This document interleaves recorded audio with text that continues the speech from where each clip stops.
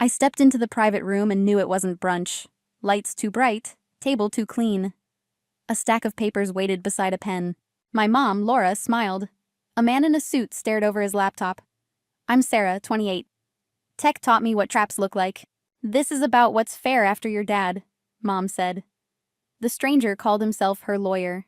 He slid an agreement to redistribute my inheritance. I counted faces around the table. 1, 2, 3, 4, 5. Then I texted Elena, my dad's attorney. Now, before we go on, where are you listening from? A quiet kitchen, a parked car, or your work break? Echoes of life is here with you. I wasn't always the woman counting people in a private room. I was a kid in a quiet San Diego suburb. Back then, family meant Costco runs and game nights. It meant my dad's terrible jokes about JavaScript. My dad, Richard, was a software engineer. He drove the same old Honda because it still worked. He packed leftovers and paid his card off monthly. He bragged about a clean credit score. My mom, Laura, hated that kind of pride. She wanted gated communities and Instagram vacations. She wanted the life that looked expensive. When I was 15, the gap finally split. They sat me at the kitchen table like a meeting. Dad had printed bank statements in a neat stack. Mom had a tablet open to vacation homes. She said she was tired of getting by. He said he was tired of pretending. After the divorce, I lived mostly with Dad. A modest condo near Carlsbad, nothing flashy. If I opened my window at night, I heard the ocean. On Fridays, he let me pick DoorDash tacos. We ate straight from the containers on the couch. He taught me budgeting apps and 401ks. He explained why credit mattered more than a handbag. Mom moved to Orange County and reinvented herself fast. She married Victor, a real estate agent with a smile. Suddenly her Facebook looked like a holiday catalog. Matching outfits, wine tastings, perfect backyard photos. I was technically her daughter, but not in the pictures. She didn't call about my exams or my plans. She called to brag about Mia and Ethan. And when my name came up, it was about money. At night, Dad sat on my bed and said, "You don't owe anyone your future. You build something real." I didn't know he was building my protection too. Years later, my dad died the way I never imagined. A rainy Tuesday night on the I-5. A drowsy driver drifted across lanes. Highway patrol called me after it was done. My world went quiet in one hard click. The funeral was small, like he would have wanted. A few coworkers, a couple neighbors. Me, trying to breathe. My mom arrived dressed in black like a movie widow. Victor stood beside her, hand on her back. Mia and Ethan hovered behind them like props. Mom cried loud enough for strangers to notice. I stood near my dad's urn and felt nothing but cold. After the service, a woman approached me outside. Navy blazer, practical heels, calm eyes. "I'm Elena," she said. "Your dad's attorney." We sat at a metal picnic table by the church. The air smelled like coffee and funeral lilies. Elena told me my dad updated everything after the divorce. More than once. He wanted the paperwork to be clean. He also wanted me protected from interference. She didn't say my mom's name. She didn't have to. The will was clear. His separate property went to me. The Carlsbad condo, his IRA and 401k rollovers, index funds and a few tech stocks. Not flashy money, careful money, built one responsible choice at a time. Elena explained probate in plain language. Court validates the will, transfers assets the right way, stops random family agreements from rewriting it. Then she looked straight at me. "Your father wanted you in control," she said. My phone buzzed while she was talking. A text from Mom. Not, "Are you okay?" Not, "I'm sorry." Just, "We need to talk about the estate." Then, "Think about the whole family." I answered carefully at first. I said probate was underway. I mentioned Dad had an attorney. She ignored that part and asked for numbers. Rough estimates, balances, accounts. When I didn't respond fast, guilt showed up. "I raised you. Teenagers are expensive. Mia and Ethan need college help. You have to do the right thing." Then her voice changed in the voicemails. Lawyers are expensive, Sarah. This can drag on for years. You don't want it to get ugly. She even said my credit could be affected. Like my grief had a score attached to it. I forwarded everything to Elena. She told me not to share balances, not to sign anything, not to meet alone, so I did what my dad trained me to do. I started documenting dates, times, screenshots, every family message that felt like a demand. That's when Mom sent the invite that said brunch. If this were your family, what would you do? Comment 1 to meet them alone to keep peace.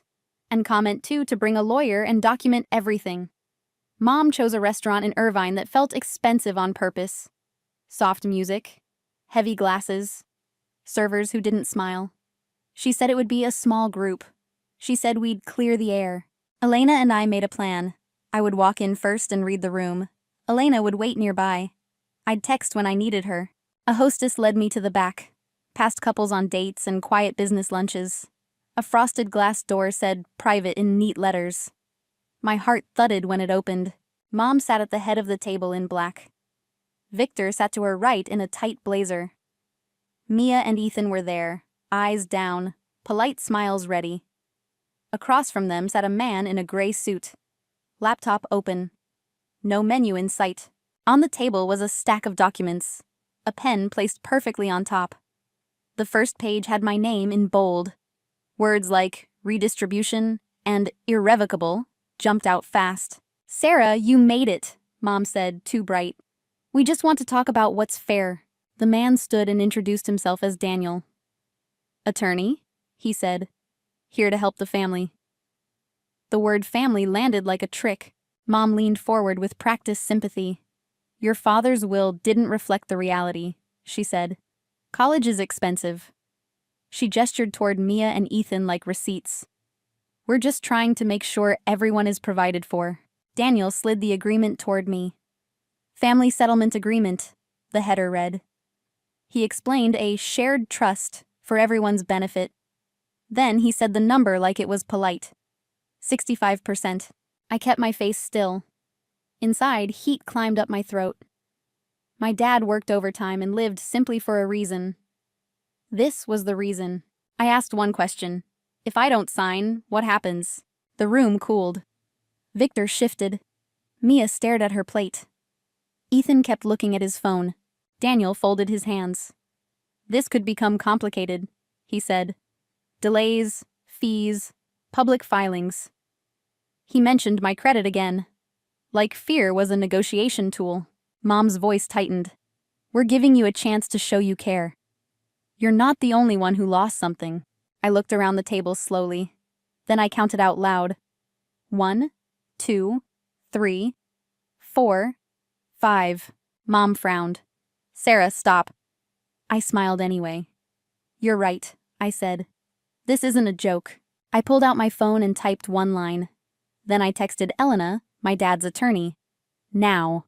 A sharp knock hit the door. The hostess opened it and Elena stepped in. Navy blazer, folder in hand, calm smile. Hi, Laura, Elena said. I hear you want to discuss Sarah's inheritance. And that's when my mom realized this meeting wasn't hers anymore. After that meeting, Mom stopped acting hurt. She started acting angry. For 3 days, my phone was quiet. No texts, no voicemails, no family speeches. I almost believed Elena scared her off. Then the messages came back, colder. You've changed, Mom wrote. Your father would be ashamed. If you keep this up, paperwork gets complicated. Elena called me that night. If she can't move you emotionally, she said, she'll try to move you financially. So I locked everything down. New passwords, 2-factor on every account, security questions with answers no one could guess. I froze my credit with all 3 bureaus. It felt like boarding up windows in daylight. 2 days later, an email hit my inbox. Same logo as my bank, same color scheme, same subject line format. Important action required. My thumb hovered over the link. Something felt off. I held my cursor over it instead. The web address was close, but not right. 1 extra letter. 1 missing dash. My skin went cold. I called the bank using my card. They told me they sent nothing. They also saw failed logins from a new device. I documented everything. screenshots, call notes, ticket numbers. Then I filed an IC3 complaint online. The form felt unreal with my mother's name nearby. Elena told me to add cameras, so I ordered a doorbell camera and 2 small ones. I installed them after work, barefoot in my hallway. I aimed one at my mailbox cluster. I aimed one at my front door. For a week, it was just normal life. Amazon boxes, trash day, neighbor's dog. Then, on a Tuesday, my phone buzzed mid-meeting. Motion detected.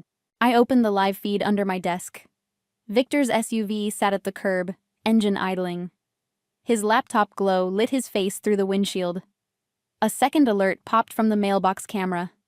Mom stood there, phone to her ear, scanning the lot. My heart slammed against my ribs. Then my banking app sent a push notification. Unrecognized device attempting to access your account. The timestamp matched the video. Down to the minute. I hit screen record and didn't breathe. Mom looked toward Victor's car. Victor's hands moved on the keyboard. Then Mom walked away like nothing happened. I pulled the bank's security log that night. IP address, time, failed attempts. Everything lined up. Elena didn't text back. She called, voice sharp. "This is attempted identity theft," she said. The next morning, we filed a police report. I updated the IC3 case with video and logs. For the first time since Dad died, I wasn't guessing. I knew what Mom might do. I had proof she already did. Now this wasn't family drama. It was a case file. Court didn't happen overnight.